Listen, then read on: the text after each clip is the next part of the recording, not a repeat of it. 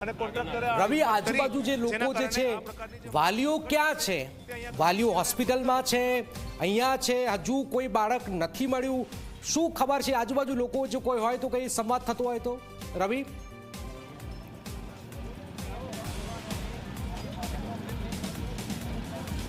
જનક વાત કરવામાં આવે તો તમામ જે વાલીઓ છે તે અત્યારે જાનવી હોસ્પિટલ અને સયાજી હોસ્પિટલમાં છે અને ત્યાં જ પોતાના બાળકની તેઓ શોધખોળ કરી રહ્યા છે।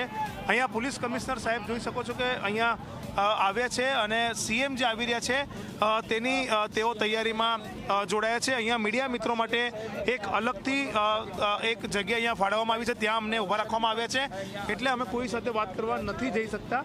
પરંતુ અહીંયા જે તમામ લોકો જ્યારે મુખ્યમંત્રી આવી રહ્યા હોય ત્યારે તેની કામગીરી અહીંયા જોઈ શકો છો કે કઈ રીતના ઇન્સ્પેક્શન કરવામાં આવી રહ્યું છે।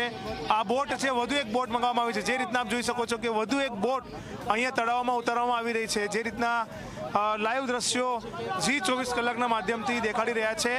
એનડીઆરએફના જે જવાનો છે, એનડીઆરએફના જવાનોની જે બોટ છે તે બોટ અહીંયા નદી જે આ તળાવ છે હરની લેક ઝોન ત્યાં ઉતારવામાં આવી રહી છે અને એનડીઆરએફની વધુ ટીમો જે છે તે બાળકોનું જે શોધખોળ છે, રેસ્ક્યુ છે તે કરવાની છે।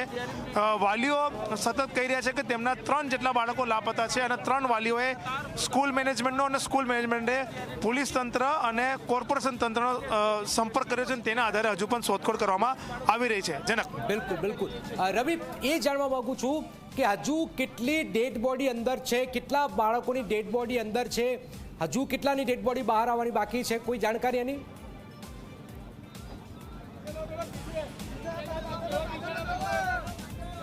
જનક, 3 જેટલા બાળકોની ડેડ બોડી અંદર હોવાની આશંકા સેવામાં આવી રહી છે।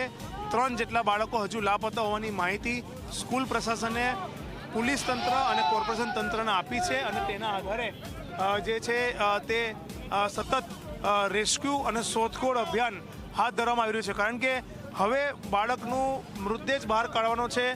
નીચે જે કીચડ છે, હું તમને કહી દઉં કે નીચે કીચડ છે, કાદવ છે અને કીચડ કાદવ હોવાના કારણે જે બાળકો છે તે નીચે ફસાયેલા હોઈ શકે છે અને જે એનડીઆરએફના જવાન હોય કે ફાયર બ્રિગેડના જવાન હોય તેઓ પણ નીચે એકદમ નથી જઈ શકતા, કારણ કે તેઓ પણ કીચડમાં ફસાવાની તેમની પણ સંભાવના રહેલી છે અને તેના કારણે જ તેઓ અત્યારે વધારે રિસ્ક નથી લઈ રહ્યા અને તેના કારણે જ તેઓ સતત કેમેરા અંદર નાખીને ઓક્સિજન સાથે બોટલ સાથેનો જવાન અંદર પાણીમાં મોકલીને ઉતારીને જે બાળકો લાપતા છે તેમની શોધખોળ અહીંયા કરી રહ્યા છે। જી બિલકુલ બિલકુલ રવિ, આ ગંભીર બેદરકારી છે। હજુ 3 મૃતદેહ બહાર કાઢવાના બાકી છે, 15ના મોત થયા છે।